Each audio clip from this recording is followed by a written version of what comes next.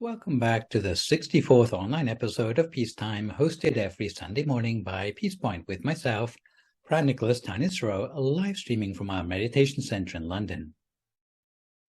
Last time you saw me, we looked at blessing number 22 on respect. The Dhamma talk today, we'll continue in our series on enlightened living to the second blessing in the instilling oneself with basic virtues subsection, that is, number 23 on humility. So today's session will run to about an hour and 10 minutes, starting with a 20-minute talk to identify the problems of arrogance, then 30 minutes of meditation and 20 minutes on humility and how to develop it. And I should disclose up front that we have already met up with humility on a couple of occasions, once as an antidote to obstinacy in A035, and again as a pathway to merit from generosity in B004.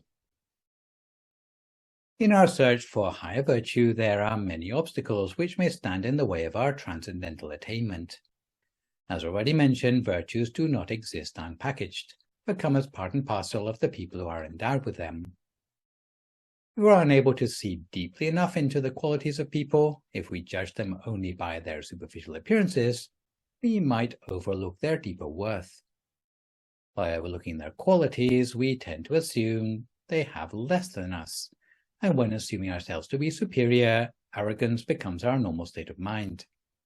This is why, at this point in the blessings, avoiding delusions about our self-worth is important, as we till the ground of the mind in preparation for sowing the seeds that will eventually lead on to the higher virtues that we would recognize as authentic enlightenment.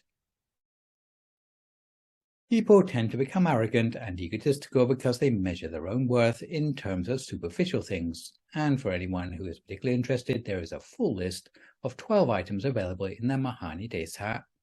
But today we will mention just 6, namely our ancestry, wealth, beauty, knowledge, rank, or number of followers.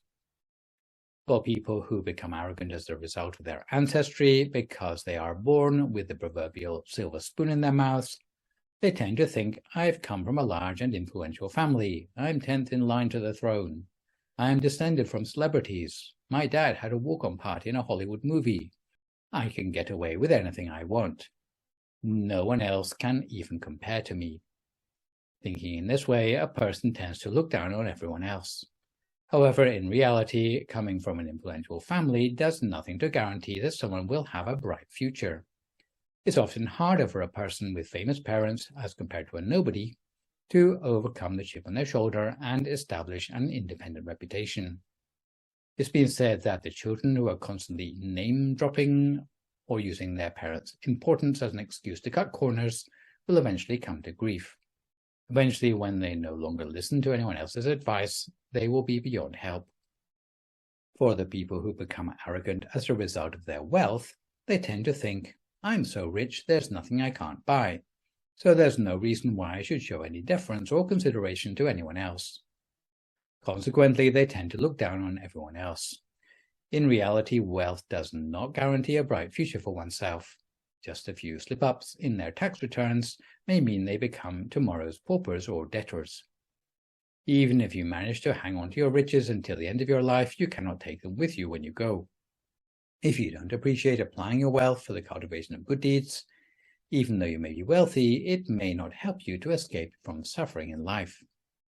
And the richer you are, the more worries you'll have, because you will constantly be haunted by the fear your riches will disappear or be stolen. For those who become arrogant as a result of their physical attractiveness, they tend to think, I look nicer than everyone else. Everyone else pales by comparison. My skin is so unblemished, my nose shows breathing, and I've got great bone structure. Even Miss Universe would be jealous. So they tend to look down on everyone else, even though in reality an attractive appearance does nothing to guarantee a bright future for oneself. People may even be attracted to you for the wrong reasons, and even supposing you and your plastic surgeon live to the age of 70, you could be sure your beauty won't. Some people become arrogant as a result of their education or expertise. They tend to think, I'm so smart, I have a master's degree. I don't need to listen to anyone else's advice anymore. Such a person tends to look down on everyone else in spite of their academic knowledge doing nothing to guarantee a bright future. You can end up being such a snob that you make yourself unemployable. The people who become arrogant as a result of their rank or position in a particular organization, they tend to think that even outside the organization, everyone else should listen to them. Unfortunately, positions come with responsibilities, and if we don't have the virtues requisite for fulfilling those duties, those ranks or titles can be our downfall, ruining our reputation. In any case, after retirement, we will be yet another has-been reminiscing over our former glory. The people who become arrogant as a result of their number of followers, and here I cannot avoid thinking about the new generation of online influencers, they tend to look down on others less popular than them, even though often despite their number of followers, they have nothing coherent to say. In reality, quality of friends and followers does more to ensure a bright future for oneself than quantity. If we only have followers who are yay-sayers, it can be our downfall. We will find that bolstering our ego with online ratings can be fickle, and all it takes is to be no-platformed or to get kicked off your social media network. The world tends to measure our worth in terms of these 6 factors, while common sense tells us that none of these 6 things can actually stay with us permanently. Most are out of our control. If you examine what we can actually call our own, you will eventually find that all we can call our own are the good virtues that we've cultivated in our hearts. Furthermore, you should ask yourself what is actually improved in the world by you looking down on other people. Does it make others appreciate us more, or does it irritate other people so that they will never want to do anything to help us a second time? It's like a person who wants to be praised for their wealth and who behaves like a big spender in spite of the fact they can't really afford to do so. Because of their frivolous spending, they go further and further into debt day by day as the price of their pretentiousness. Those who are really endowed with virtues will retain their humility even when praised by others in a way that self-pride will not cause them to look down on others for fear that they will lose future opportunities to improve themselves. In the previous blessing, we already explored the character quality of respect, and on the surface, respect and humility might look as if they're about the same thing, but in fact there are a few differences. The idea of respect is to teach us to be active in our search for the virtues contained in others. A respectful person would be someone who actively looks for the good things about other people instead of finding fault with them, and who expresses their respect through their thoughts, words, and deeds. They would be a person who is able to recognize people's worth according to reality rather than superficial appearances. Humility, by contrast, is a virtue based on the way we see ourselves. To be a humble person is to reflect on one's own weaknesses, finding fault with oneself, and estimating one's own worth according to reality rather than superficial appearances. A humble person is not someone to boast, but someone who shows deference to others in order to maximize the amount of goodness absorbed from them. A humble person does not overestimate themselves in terms of their good qualities in relation to others, to maximize the chance to learn from them. A respectful person may not necessarily be a humble one.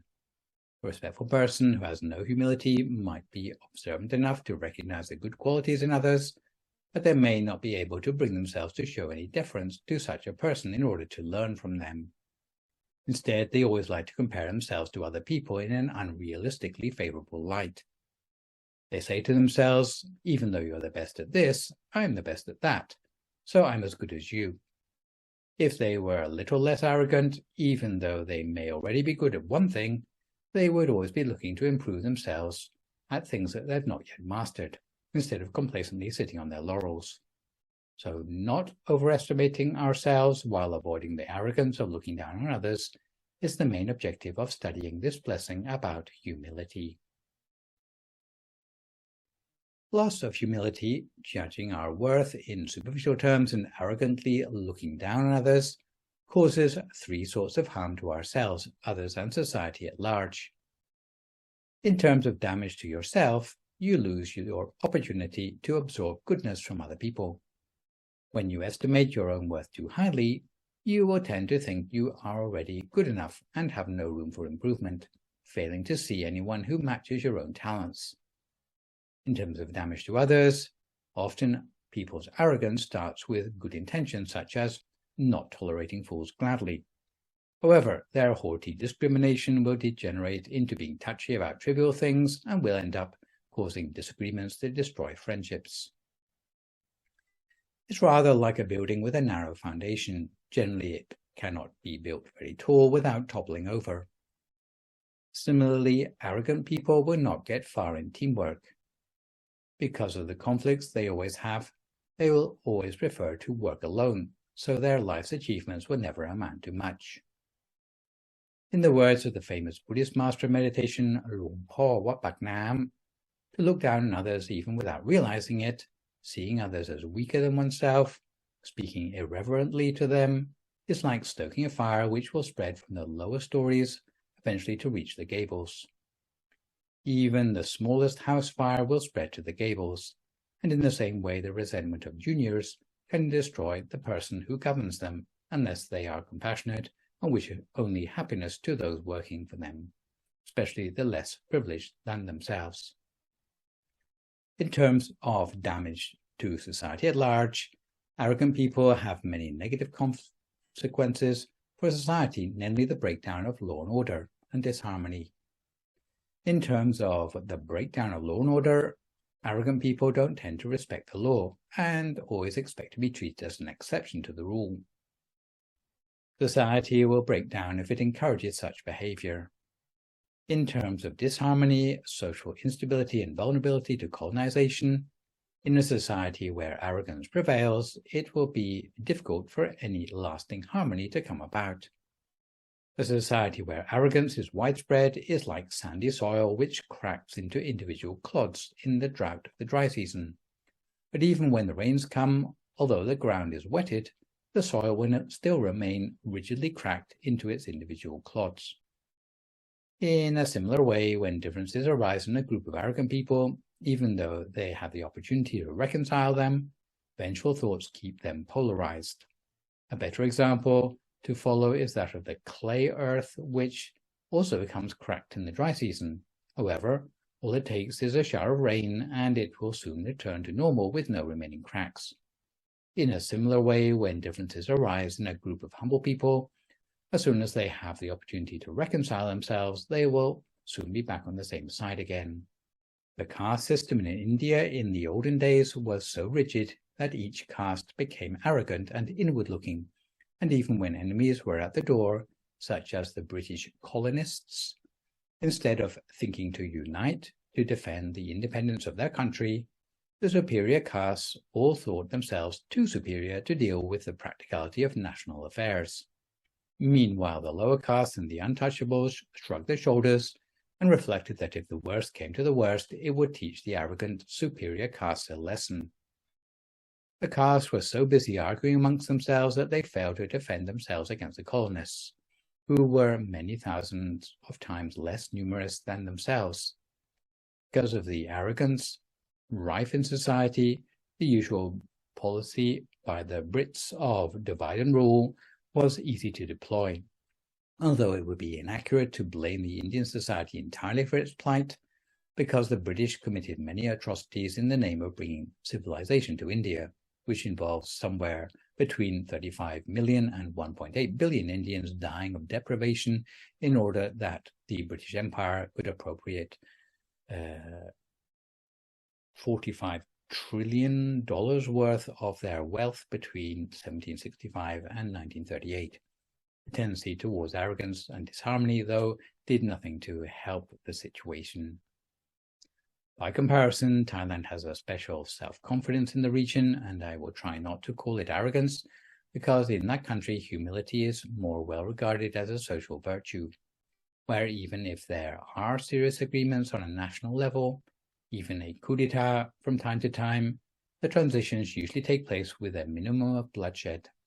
In any community or society where humility prevails, even when a conflict should arise, before long people will be reunited again in harmony. These are all good reasons why we should cultivate humility. The word for humility in the Pali language, or nivata, used in this blessing, actually means someone who is without vata. The word is applicable to someone who is not inflated by their own self-importance. If you were able to see into the mind of a humble person, you would notice that they have the characteristics of freedom from false view, self-pride, self-importance, stubbornness, and, by contrast, workableness of mind. In terms of freedom from false views, which refer to erroneous worldview concerning the nature of life and the world, so negative or out of keeping with reality that they obscure any intention to cultivate oneself for the better. In terms of freedom from self-pride and self-importance, self-pride means the belief that you are always superior to others. Aristocracy look down on the plebs, the rich look down on the poor, townsfolk look down on the country bumpkins. In a nutshell, people tend to be proud of themselves for the wrong reasons. In terms of freedom from stubbornness, the mind of a humble person is flexible like greenwood rather than being tough and brittle like deadwood. Deadwood stands unyielding in the wind. If the wind gets stronger, it will remain unmoving. However, if there's a gale, it will break in two. Pushed to its limits, the damage to the deadwood is irreparable. No matter how much more water or fertilizer you give it, it will not come back to life again. This can be compared to an arrogant person who will never show any deference to anyone else and thereby forgoes the opportunity to absorb virtue from others.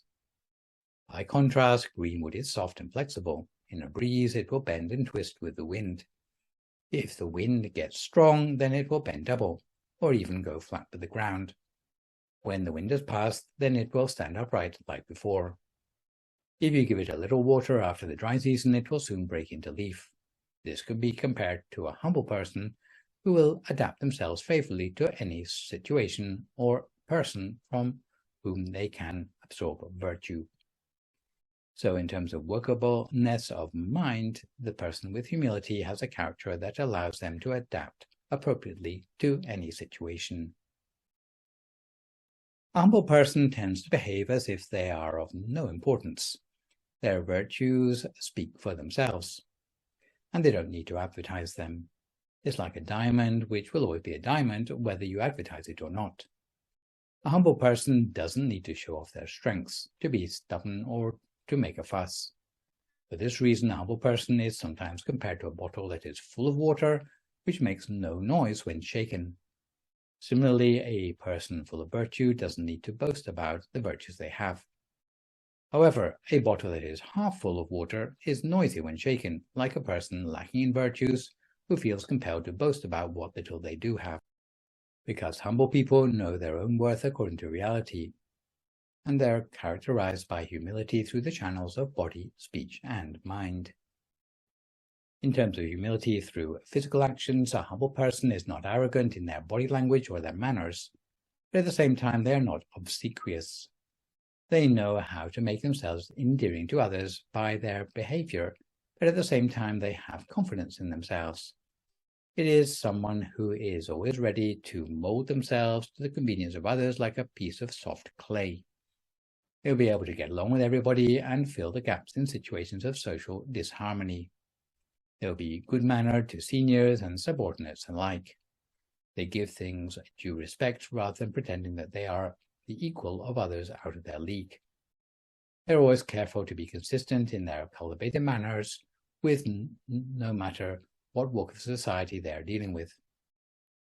They mold themselves favorably to any situation that will bolster their virtue or reduce their bad habits. And this is in stark contrast to the body language of arrogant people. Arrogant people will often be physically unable to bend their body to express humility, such as bowing or even lowering their head in deference. In terms of humility through verbal actions, a humble person is not arrogant in the way they speak. Their words express the purity and good intention in their heart.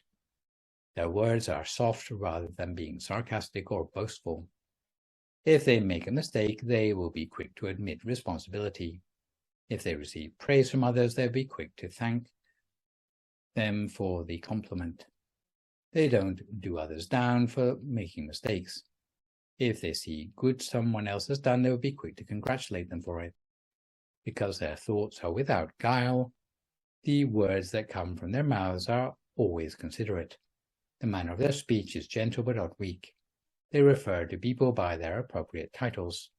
Their speech is therefore endearing to all who hear it, and this in stark contrast to the rigid speech of arrogant people characterized by patronizing comments about others, or who never let others forget how they are related to the royal family or have a high rank in the civil service. The words they say are nauseating to all who hear them. In terms of humility in their thinking, a humble person is not arrogant even in the way they think. They may be soft and gentle in their approach to all things, but it doesn't mean that they are weak or indecisive. Never complacent about their abilities, they will always be looking for ways to improve on them. They don't assume that they are always right, and they are open to others' opinions. They don't get angry if they don't get their own way, but they look for ways to adapt their thinking to the needs of others within the framework of scrupulousness laid down by the Buddha. This is in contrast to the untrained mind of an arrogant person, which will tend to be subject to abuse, especially those concerning self-importance. In any situation where they must forego their individual whims in order to better work as a team, they will often find it hard to adapt. They will always want to be the leader of the group, even if they don't have the capability. So just before we come to time for our meditation today, we have time for a quick story from the time of the Buddha, which deals with the damage coming from the arrogance between royal families at that time. Though the Sakya clan were the ancestors of the Buddha, they had one weakness, which was their arrogance about the long pedigree of their clan, which led them to look down on everyone else. Normally, they would not even deign to marry outside their own dynasty. This is why when King Pasenadi of Kosala, hoping to secure good relations with the Sakyans, asked for the hand of a Sakyan maiden in marriage, they had a difficult decision to make. In the end, they succumbed to their normal arrogant ways, and instead of sending a real princess, sent an illegitimate half-caste daughter born out of a relationship between a Sakyan king Mahanama and a slave girl. The child was therefore an untouchable. King Pasenadi didn't know, so he had a huge state marriage organized. Later, a prince was born out of that marriage called Prince Vitutapa. He was very clever because of hybrid vigor. He wanted to know about his maternal relatives. When he grew up and went to visit his maternal city of Kapilavastu, he was still looked down upon by all the Sakyans, and he was given reluctant hospitality. On the way home after such an inhospitable visit, one of Vitutapa's generals remembered he had forgotten something important in Kapilavastu. So he returned to the city and found that the Sakyans were scouring the palace with milk. When he asked the reason why, they told him that Vitutapa was an untouchable, and they must disinfect every place he had trodden or sat.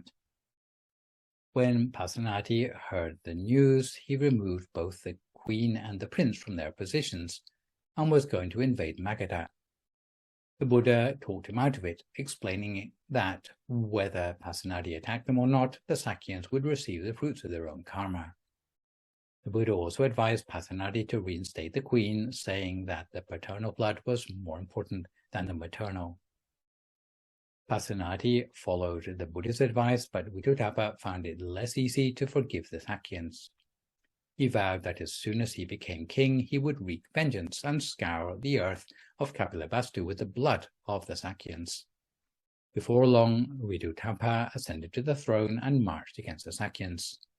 The Buddha knew what would happen and appeared to Vitutapa at a sand heap on the road between Savatthi and Kapilavastu.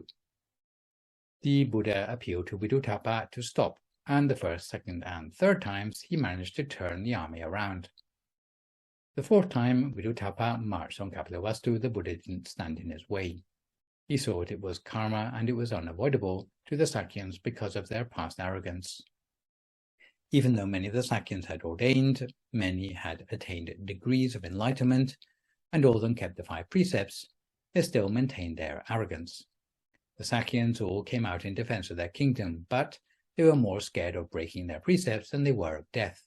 They shot arrows harmlessly into the turbans of the Kosalans, into the flags, and into the wagon wheels. They were too afraid to hit any living target. Viduttappa conquered the Sakyans easily and slaughtered them. He spared only the life of King Mahanama. He said that he would have one last meal with his grandfather. Mahanama was still so arrogant that he would not even eat at the same table as his untouchable grandson. He threw himself off the castle ramparts into the water and drowned himself. This is an example of the damage done when people are arrogant. So now that we are a little bit more well-informed about the benefits of humility, let's settle ourselves down for 30 minutes of meditation, which today is a recent live recording of Finding Our True Self. If at this time you would like to find a comfortable sitting position for yourself as you listen to my guidance.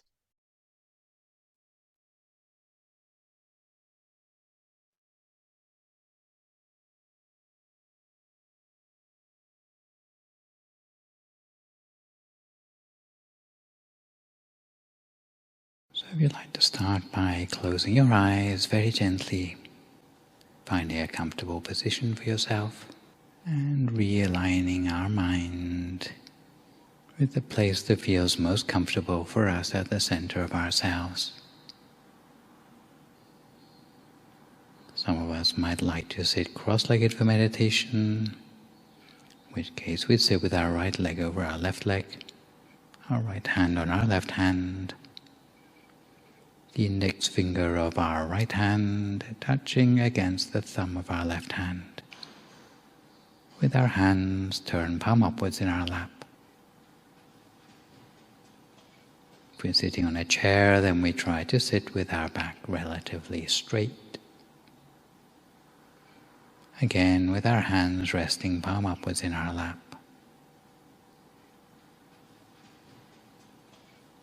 And the way we close our eyes is as if we are almost half closing them. Closing our eyes in much the same way that we might close our eyes to go to sleep. So we never squeeze our eyes closed, and we make sure that there's no pressure around our eyes.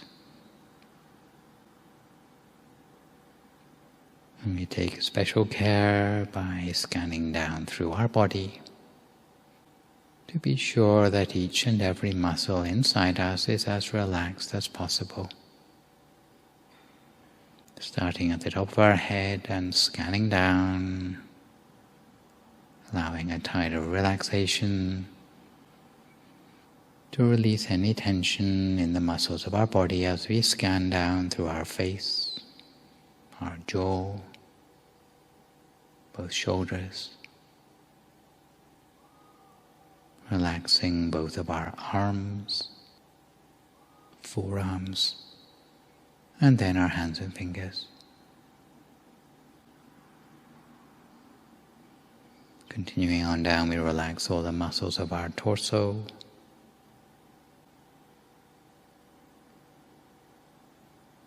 chest, trunk and abdomen, both legs, all the way down to our feet and our toes.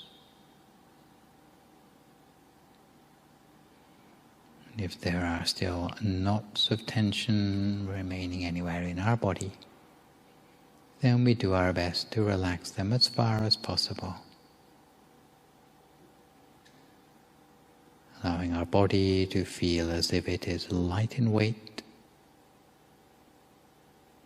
almost as if it is dissolving into the atmosphere around us.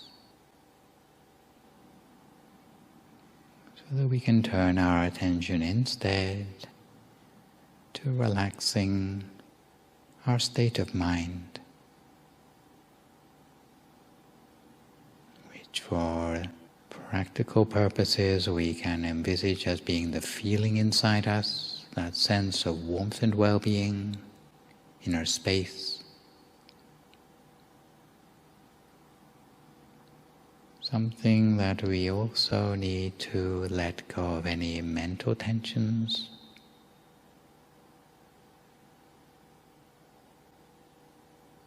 any of the clutter still remaining in our mind.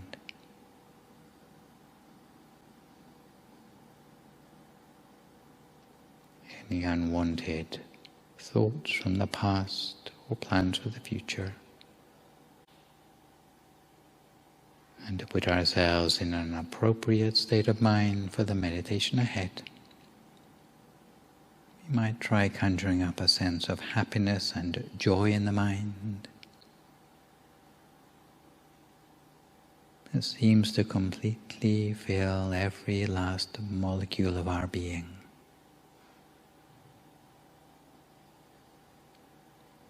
Leaving no space in the mind for any other sort of thought.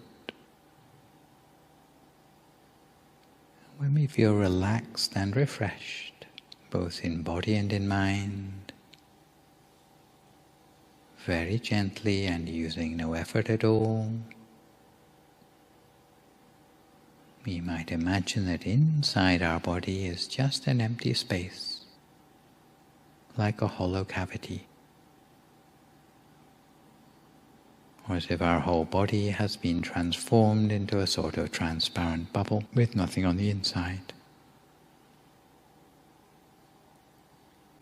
Within this empty space of our body and mind, in order to act as an anchor for our attention, we might conjure up a picture such as a bright shining sun, a full moon, a star, perhaps a crystal ball, as if that object seems to appear inside the space of our body. If you don't feel the need for something to anchor the mind, you can just generally become aware of the space within yourself without visualizing anything. Just cultivating a sense of mindfulness and self-possession at the center of oneself. Balancing our sense of being relaxed, but also alert within ourselves the whole of the time. We find our mind wandering often to other things around us, perhaps distractions. Each time we realize within us as before. If the inner object disappears, we can conjure up a new one. And we should bear in mind that sometimes we tend to feel the object more than actually seeing it. If the inner object changes at all, we just allow it to do that. There's no need for us to change it back. We can allow our practice to become one of observation, simply observing without interfering, as the inner object continues to transform on its own. And the way we observe as a meditator is to maintain a light but continuous contact between our awareness and what is going on in our mind. Observing without allowing any thoughts to arise in the mind, without any questions. Once the mind starts to settle more and more, we'll notice that from a first object in the mind, there's a sense of expansion and opening up at the center, which allows the inner object to expand outwards in size, expanding beyond ourselves, till the object seems to become so large in size that it extends over the horizon, at which point a new object will come up in its place, often brighter and clearer than the last. Often within our tradition, they're described in terms of inner spheres. Sometimes they can even come in the form of inner bodies. such as the astral body and many more in that sequence. Within our tradition, the great abbot of Wat Phra Nam, the originator of the tradition, talked about sets of inner spheres, which are like inner dimensions of our own life, our own human condition, but on a subtler level within ourselves. For those who are really adept in meditation, it's possible to study and learn from the inner life, the feelings, the mind, the truth of each of these inner bodies and spheres, to explore ourselves on many levels, many dimensions. The deeper we go, then the more subtle these inner states become, the closer they approximate to the truth, the more accurately they align themselves with the real nature of life and the world.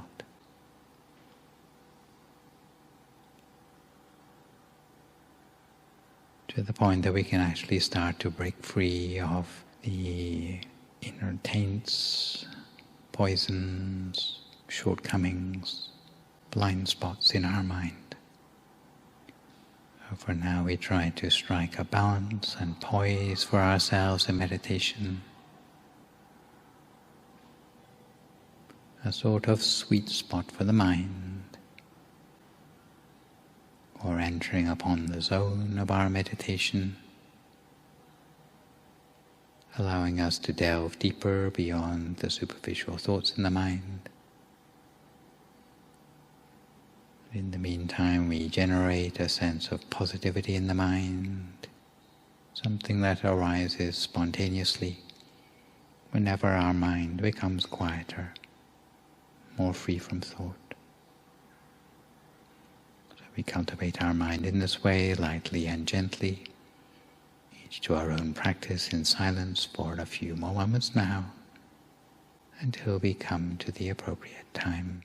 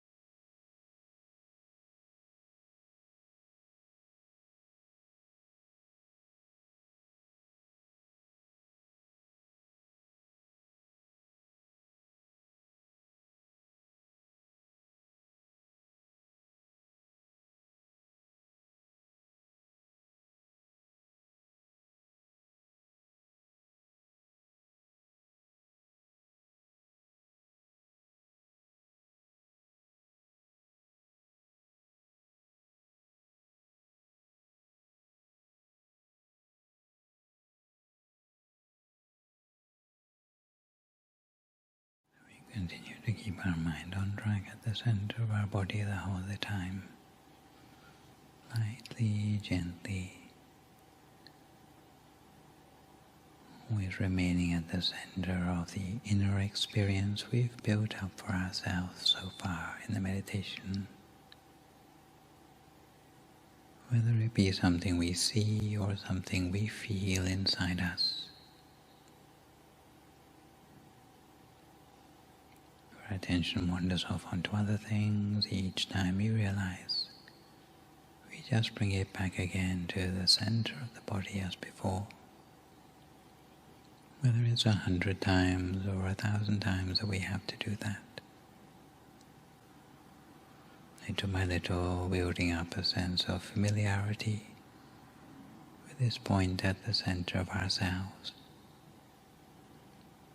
If thoughts arise in the mind, we do our best to ignore them, only making use of the mantra Samma Arahang.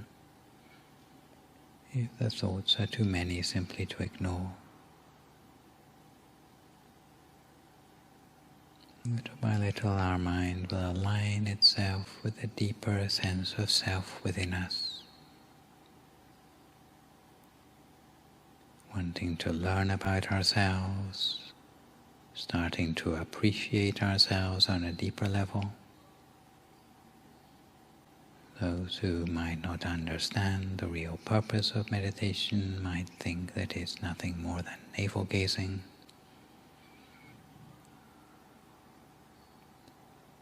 or encouraging our own sense of ego, or even a form of narcissism. But once we start to find that the mind can go deeper, to appreciate the deeper layers of ourselves, then we start to see that meditation is a way to find out who we really are, in order to go beyond our own shortcomings. And there's a story from the time of the Buddha about a group of 30 princes who were amusing themselves by playing hide and seek in a forest glade. And those princes had all paired themselves off with princesses, and only one of the princes, who was the odd one out, who had no princess to pair off with, had brought along a courtesan. And as they were playing hide and seek in the forest, they left their jewels for safekeeping with the courtesan while they enjoyed themselves. And while the princes and princesses were busy looking for each other in the forest, the courtesan realized that if she ran off with the jewels, she might never have to work another day in her life. So thinking this, she disappeared very quickly from the scene, and it was only at the end of the princes and princesses' game that they noticed her absence. So at this point the princes were not so pleased about losing their jewels, and this time the game of hide and seek became much more serious in its stakes. And in the course of their hunt for the courtesan, they came across the Buddha sitting for meditation in the forest. And when the Buddha saw the princes, he asked them a very profound question.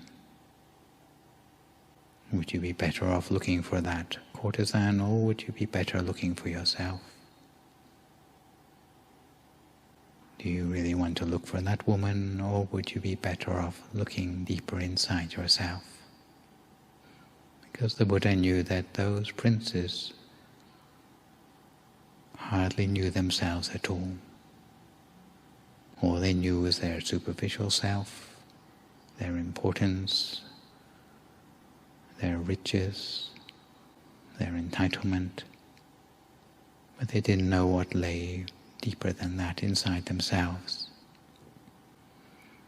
And because those princes had latent wisdom within themselves, this question triggered them to look deeper, triggered them to look beyond their physical self, deeper into the mind, And very soon the Buddha had those princes meditating until all of them were able to attain their true selves inside. A body of enlightenment inside each of them, which they never knew they had before.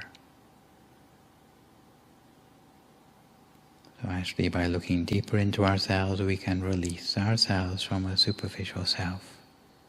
We can release the mind to go deeper towards the real, true self, which is something that we share with all humanity in the world. And it's of a nature of wisdom and compassion and purity inside ourselves, all the qualities arising from enlightenment. So we continue to keep our mind at the trailhead of this peace, this pathway towards the true inner self, by maintaining our mind with lightness and gentleness at the center of ourself, until we can touch upon a sense of lightness, expansion within ourselves that will allow the mind to go deeper. We continue to cultivate our mind in this way, lightly and gently, for a few more moments now in silence, until we come to time for some loving-kindness meditation.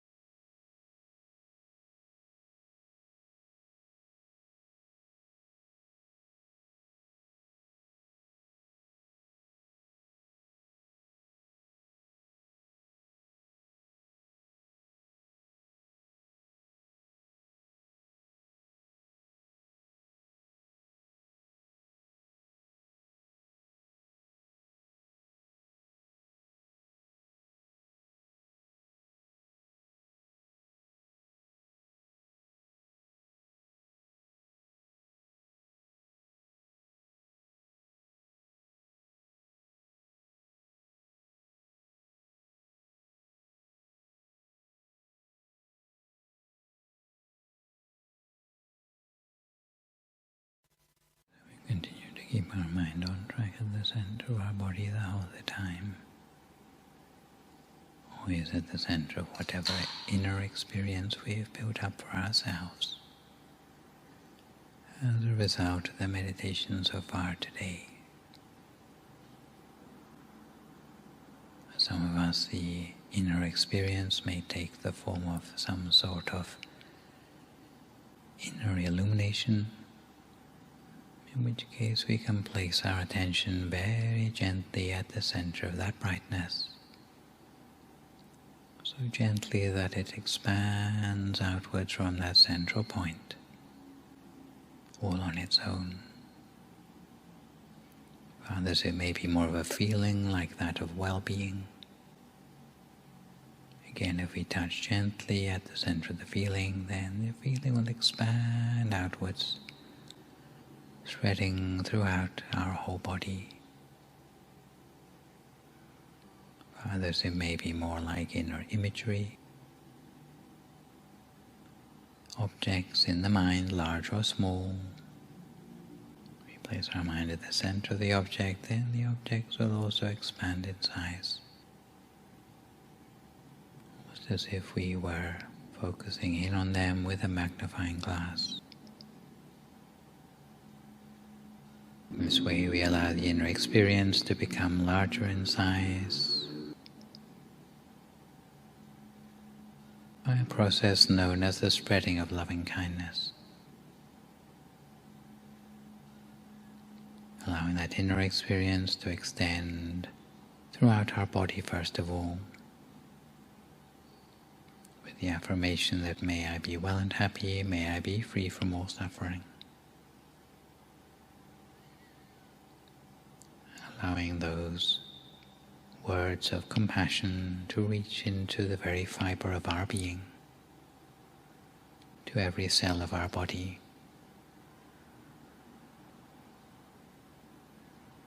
And then we allow the loving kindness to extend outwards beyond ourselves, like an aura or a halo, extending around our body into our surroundings, in all directions all around. And however far it extends, to every living being it reaches, it does so with the same affirmation that may all those living beings also be well and happy, free from suffering, live together in peace and harmony. We extend our loving kindness in this way, initially outwards into the whole of the room in which we are sitting for meditation, all the living beings therein, all sentient beings, those we can see, those we cannot see. We extend loving kindness to them all without exception. Wider still to the whole building,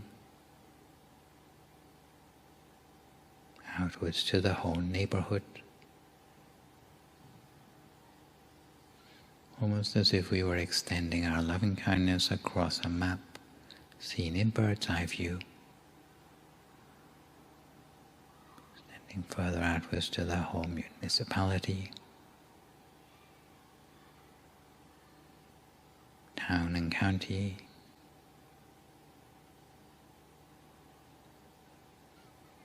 to neighboring counties, in all directions all around, to the whole country,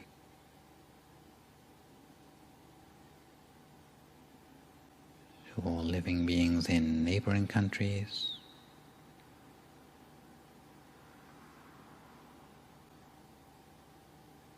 across the entire continent,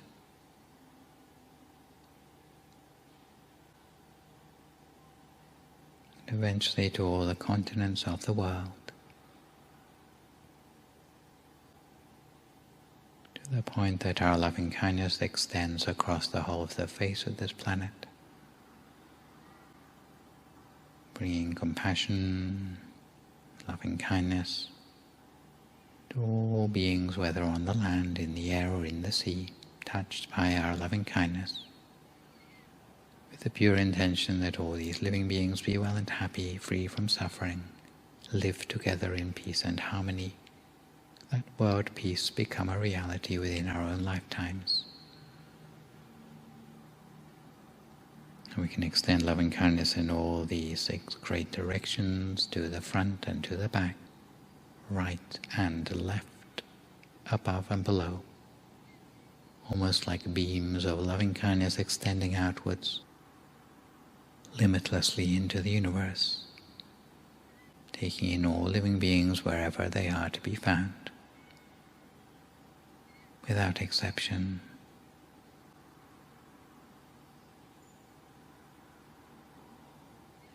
Over the last few moments of our meditation, we might also extend loving kindness to particular loved ones, toward whom we'd like to extend that sense of compassion, loving kindness, freedom from suffering, toward those for whom we feel a particular debt of gratitude,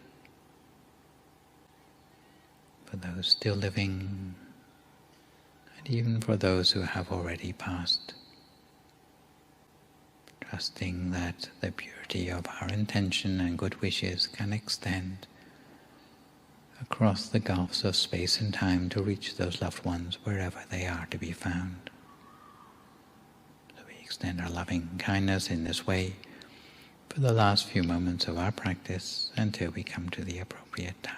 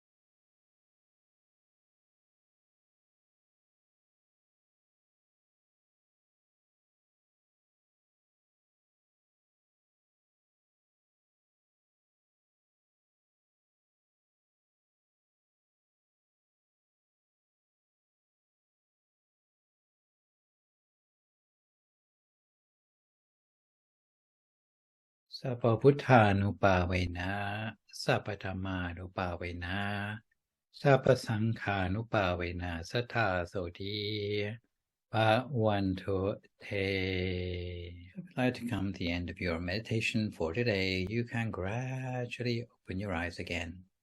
If you feel at all uncomfortable, then slowly try changing to a more comfortable position before gently finishing your practice. So to return gently to our subject matter for today, it turns out that humility is one of the subjects that is easy to understand in theory, but difficult to develop for real in one's character. So for what it's worth today, I'll start with a general writing on the wall about becoming more humble before moving on to some specifically Buddhist advice for its cultivation. Perhaps a good place to start with cultivating humility might be the recognition that you are not always right, and you do not always have the answers. It also requires an acceptance of yourself, warts and all, which many of us will find challenging. It's relatively easy to be humble when you are at the bottom of the food chain, new in a job, or very junior. However, the more senior you get, the more likely people will start to treat you as an infallible person with all the answers.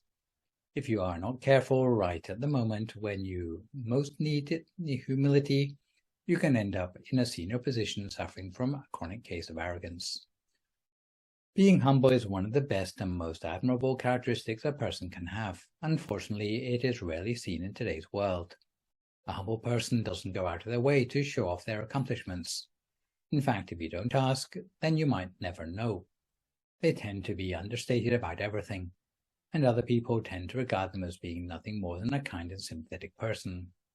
These kinds of people are confident in who they are in a way that doesn't have a need for other people's validation for their accomplishments. More importantly, humble people never forget that they are likely not the best person in the room.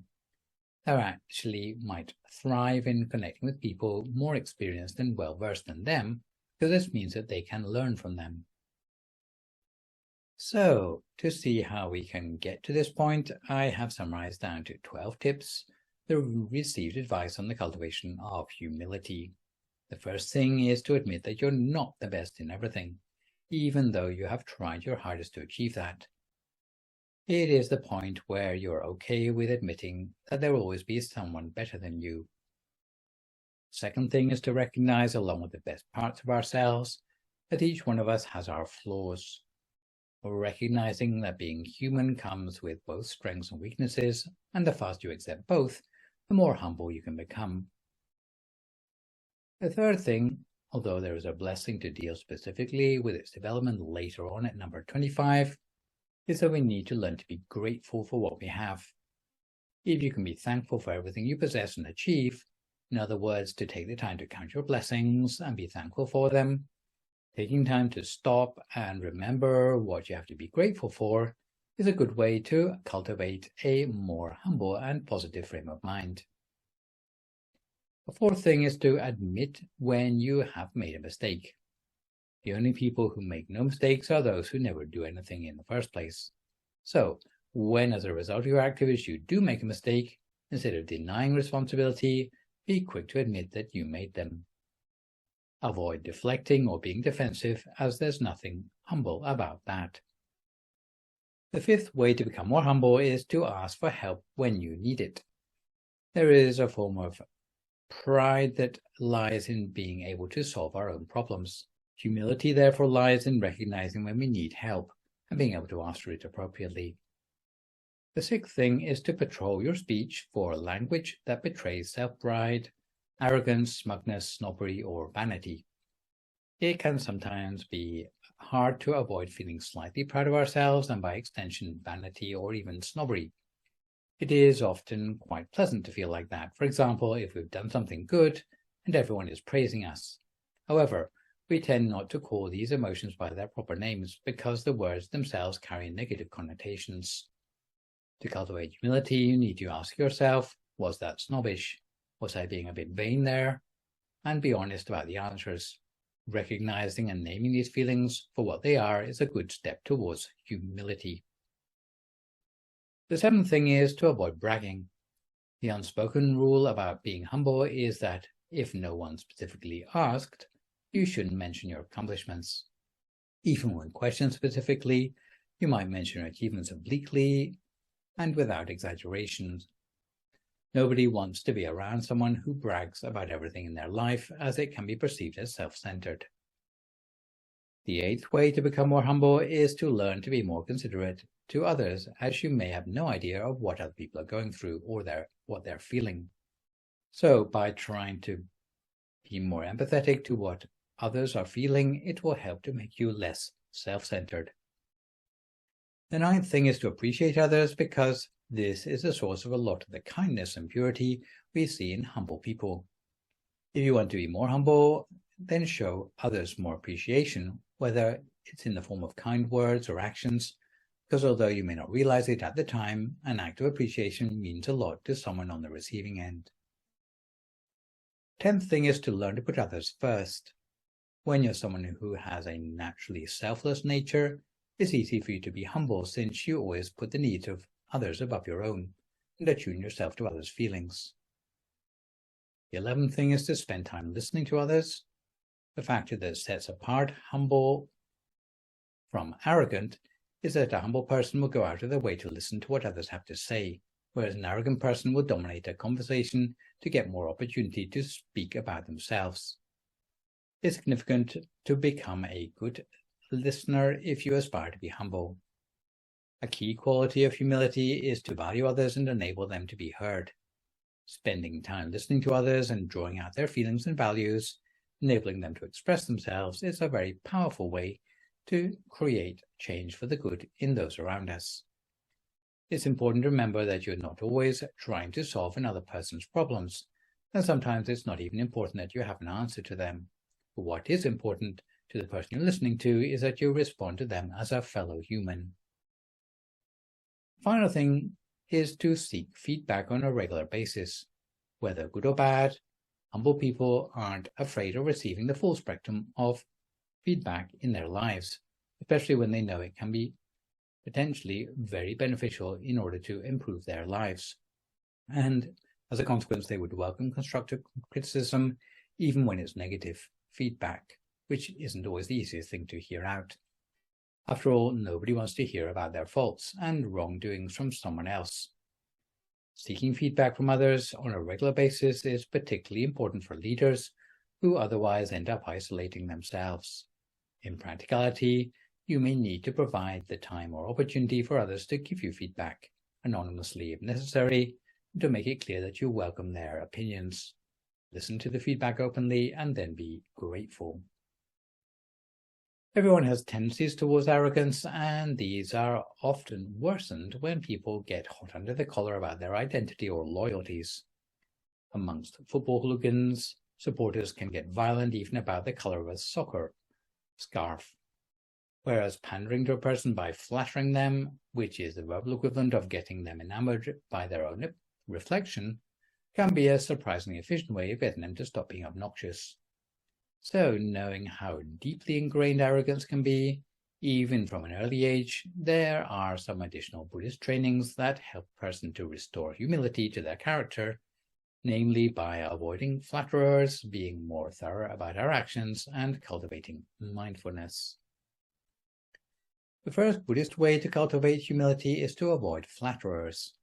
If we have the feeling that we have a tendency towards arrogance, the sort of person most likely to encourage our arrogance is the flatterer. Instead of succumbing to popularity with flatterers, we need to seek out those who, on a regular basis, dare to point out our delusions. Such people may be found amongst our teachers or elders, but they might even be responsible friends or those who have a lot of virtue. Such friends will give us accurate feedback about ourselves instead of telling us what we want to hear. The second Buddhist way to cultivate humility is to try to be thorough and think carefully before you do things. There may be seemingly trivial things that you do that may seem trivial to you, but which come over as arrogant in other people's eyes, whether it be the way you dress, the car you drive, the opinions you express, or your claims on the ownership of ideas. Even in a supposedly egalitarian society, lack of care in any of these behaviors can be irksome to superiors in the workplace or elders and betters more generally. The third Buddhist way to cultivate humility is to practice mindfulness and focus on the present. A key part of mindfulness is accepting a situation for what it is. An important element of mindfulness for humility is accepting yourself with all your faults, in order to give yourself the motivation to improve, while not looking down on others who might have the ability to teach you something useful. Another aspect of this mindfulness or recollection of death, which will remind you of the urgency to collect good deeds for your remaining time on this earth. In practice, this sort of mindfulness of death, which will encourage you to be less narcissistic, may include recollecting the frailties of our human life, whether it be your own impending old age, sickness, or death. And in this respect, there is a story about the right-hand disciple of the Buddha, whose name was Sariputta. And although this story could very well have been a story about the development of mindfulness, it does show a clear link between mindfulness and the development of humility. Once there was a monk in the Buddha's monastic community who had a certain grudge against Sariputta and made a false accusation to the Buddha, claiming that Sariputta had bumped into him without apologizing. Having been accused of arrogance, the Buddha requested Sariputta to speak up for himself to defend his standards of humility. Sariputta explained, "Because I'm a person who is steadfast in mindfulness, I'm careful of everything I do. I'm mindful of the body with just the same care that a man would carry a tray filled to the brim with oil while being stalked by a sword-brandishing guard threatening to cut off his head, should he spill a single drop.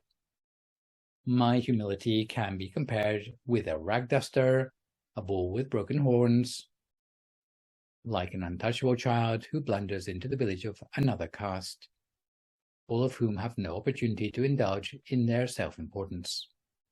Despite his attainments both before and after his ordination, he made no mention of these because Sariputta had no trace of self-importance or arrogance. If such gifted monks in such an elevated position can be so humble, then who are we to look down on others? A final Buddhist way to cultivate humility is seen in the Buddhist tradition for students to pay respect to their teacher. In this ceremony, humility is one of the virtues heavily emphasized along with patience and self-discipline. It is a ceremony practiced by schools and educational institutions annually throughout Thailand and other parts of Asia too. At this ceremony called Waikru, there are 3 symbolic gifts which are traditionally presented by students to their teachers in the ceremony: eggplant flowers, coarse grass, and popcorn, and each has a symbolic meaning for the qualities the students hope to exemplify. The eggplant flower is a symbol of humility because every flower that will give rise to a fruit must bow its head towards the ground. Flowers which hold their head high will give no fruit and in the end will wither. In the same way, humility is a quality of every student who will receive a teacher's knowledge to the full. Just as water must flow down to a lower level, the student who is humble will receive the most knowledge most quickly. This is why the ultimate in humble scholars is compared with the ocean, which is the lowest lying of all bodies of water in the world. As such, all the waters of all the rivers of the world must flow towards it. In the same way, the deference showed by a humble person will lead all the virtues exemplified in other people in the world to flow towards them. Next comes coarse grass, which is a symbol of patience. This sort of grass can endure being parched during the dry season. It can endure treading and crushing by countless feet at the side of a footpath, while other plants may have withered and died. In the same way, only the student with patience can endure the full duration of the course, doing whatever is needed to succeed in their studies. Lastly comes popcorn, which is a symbol of self-discipline. When, by exposure to heat upon the stove, only the corn which can stay in the cooking pot without jumping out before time will be sweet, tender, and ready to eat. In the same way, the one who can keep to the discipline they have set themselves will succeed in their studies. The one who cannot stand the discipline and has to give up halfway can be compared to corn which is charred but not popped and ready to eat. These are the three qualities of the effective learner. Humility is the first, and the two others are covered in Blessings 9 and 27 respectively, with sensitivity to self-improvement or willingness to hear out criticism of oneself dealt with in Blessing number 28. So for today, in our exploration of humility, we will finish up with a quick historical story about the humility of a monarch in the way slavery was abolished in Thailand. In most countries, when slavery is going to be abolished, it will lead to some of the most terrible cases of civil disorder and bloodshed. In America, it caused a civil war between the North and the South. However, for the abolition of slavery in Thailand in the reign of King Rama V, going back to the late 19th century, not a single drop of blood was spilled. How did he manage to do this? Well, the king had gone to the advisors in his palace and followed their advice to just get a foot in the door. They knew that slaves were the most important convenience to all the most influential people in the country. 99% of them would instantly refuse if the king were to change the law. He sent his researchers out into society and asked them to find out what people's attitudes were to slaves. The king found out that many of the old slaves had been slaves since they were children. Some were 60 or 70 years old. Even if they were to be released, they wouldn't be able to support themselves any longer. What should they do? Well, the king was very humble. He made a simple law in 1874, stipulating that those born into slavery since 1868 be free upon reaching the age of 21 years old, and that no more youngsters would enter slavery from that year onwards. 10 years later, all the old slaves had passed away. The slave masters looked for new slaves, but the young teenagers were protected by the law. As that generation grew up into the next one, slaves had become freemen, and because the process was gradual, not a single drop of blood was spilled along the way, all because of the humility of the king. In summary, being humble is important because it improves and develops the quality of your relationship with others when you make more of an effort to listen rather than talk about yourself. At the end of the day, humility says more about your character and values than anything else. So the best thing you can do is to choose to be a humble person. While the humble path doesn't come easy, it's a significant part of your self-development. When you're someone with humility, people will always remember you for your kindness and modesty, as it is the most admirable trait in anyone. You can have all the accomplishments in the world, but there's something to be said when a person chooses to be modest with these accomplishments rather than to be boastful about them. So this session I have introduced to you Blessing 23 on humility. For my next live session online, which will, fingers crossed, be a week on Sunday morning, we'll continue in the 7th group of blessings with blessing number 24 on contentment. For good measure, I'd like to remind viewers that you can email your questions about meditation or what you've heard in the lecture to the email address that you can see spelled out in the slide, and I'll do my best to answer these on my next session. In the meantime, I try to avoid recklessness or complacency as we continue to deal with the knock-on health and social effects of the pandemic, maintain a positive mood, speak only positive words, forgive others, extend good wishes to others, and meditate daily. Hopefully, as a result of today's session, you'll better understand how to overcome any arrogance still lingering in your mind, while allowing humility to take root in your body, speech, and mind. So for today, this is me, Phra Nicholas Thanissaro, signing off for now. So long, folks, and stay safe.